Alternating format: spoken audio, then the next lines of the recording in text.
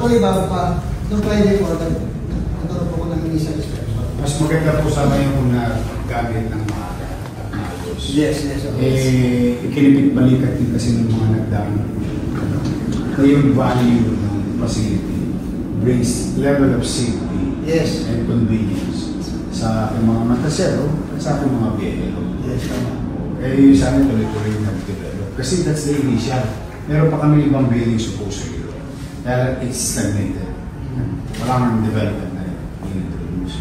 Ngayon, nire-revive namin to Director Piñeras na okay, let's start making something out of it.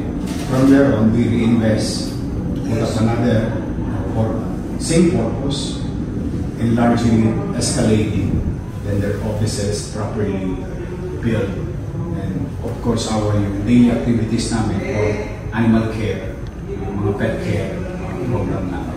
So, supposedly something.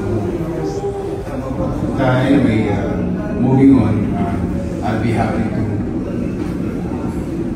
achieve through your help na magkaroon maging actually po, yung po ang advocacy ko po balik. Actually, pagsandarin nyo ko na po ito. At ang advocacy ko sa lahat ng video na pinupuntahan ko ay matulungan po ang LGU na may angat yung antas ng kanila. Ako pinanggaling ng Bicol Region. Cesar, Bicolan? 3 years po ako, 3 years and 6 months doon. Wala rin po mga accredited people doon. So, tinulungan ko po yung Sorsogon, Legazpi, Ligaw, Irigan, Naga. Pero mo imagine ikukumpara ko yung katay nyo sa Legazpi City. Ang Legazpi City, nung hindi pa ayos ang ordinance, revenue ko, kumikita lang siya ng 750,000 a year. Nung inayos ko po,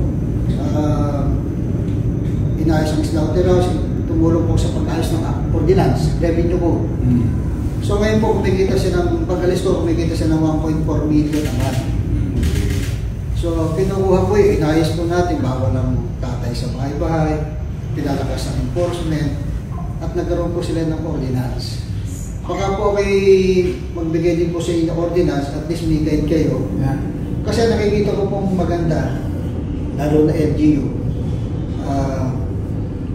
Yung branch kasi natin sa Manila, iba eh. Ang butcher natin dito, tao na meat dealer. Doon po sa Bicol Region, ang ginawa ko, kumuha yung mga mayor ng mga tao na mga yes. And then sila yung nagkukontrol. Kasi dito, ang malasakit nila, nasa kuha na sa meat dealer. Kailangan madala tayo. Kung minsan nasasacrifice ng kalinisan. Whereas kung kontrolado ng LGU, yung butcher, ay di maganda ang sistema. Hindi may malasakit yung mga butcher doon sa mga equipment na gaya rito. Sabi ko nga, kung ito pa hawak natin doon sa mga butcher lamang, ay kamamahal ng equipment. So sabi ko nga kay Joey, very close sa akin kasi si Joey. Ako na magkasama sa boarding house at senior siya sa akin. So sabi ko, Joey, tutulungan kita.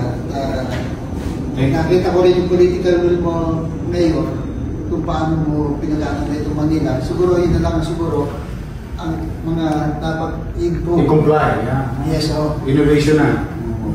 Improvement, compliance.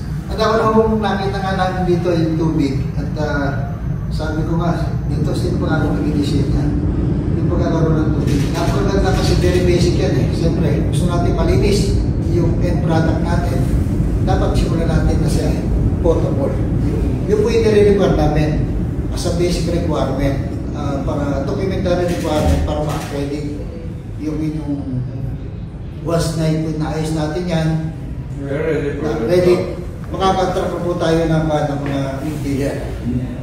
Marang ang dami nga pong ban eh.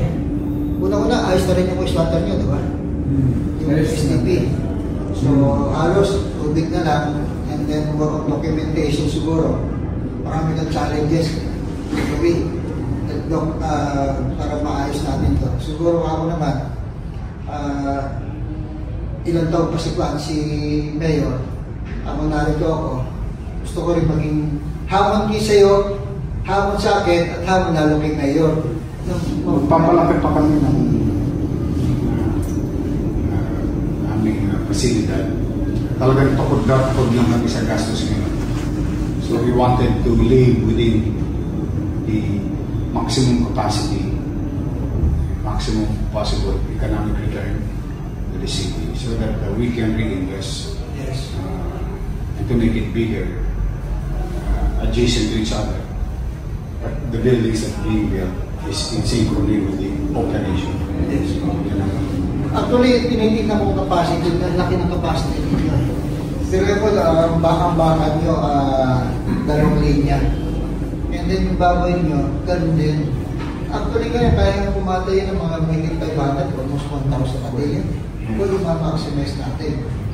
Pero kung maiayos natin ng income niya, compare nito ni Gaspi, napakalaki dami ng katay dito. So, kung titignan natin, napakalaki ng potential na maging source of maraming upside. Napakaganda. Laving your head. Yes. Meron mga basic requirement tayo sa structure. Siguro, kasi sayang, may manok din kami. Yes. Yun, ang laki. No, in terms of numero,